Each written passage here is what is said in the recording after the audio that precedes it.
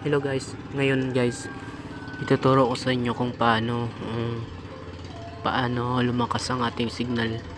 Nahihirapan ba kayo sa inyong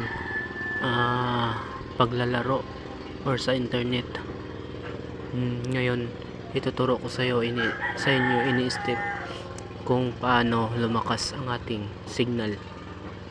So ngayon, pupunta lang tayo sa settings guys.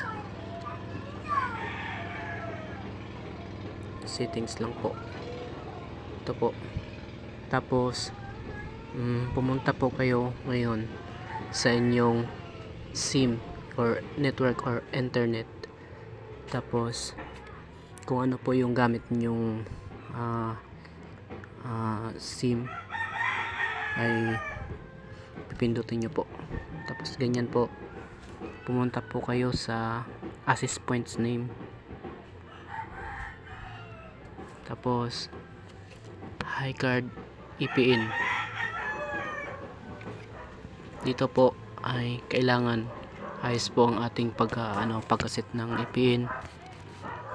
Ganyan po, HiCard EPN. Tapos okay. EPN HiCard po, HiCard.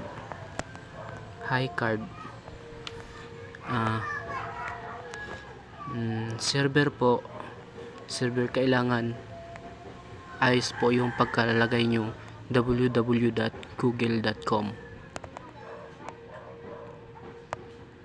Tapos dito naman po sa EPN protocol, kailangan po IPv4 or IPv6. EPN roaming protocol, ganon din po, kailangan ganon din po siya.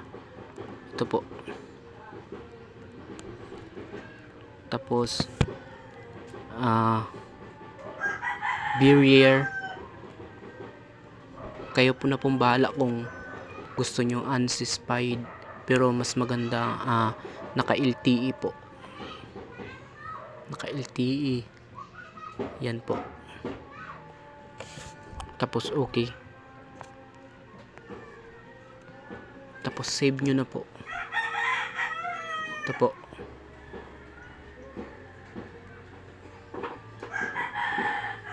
naka-save na po.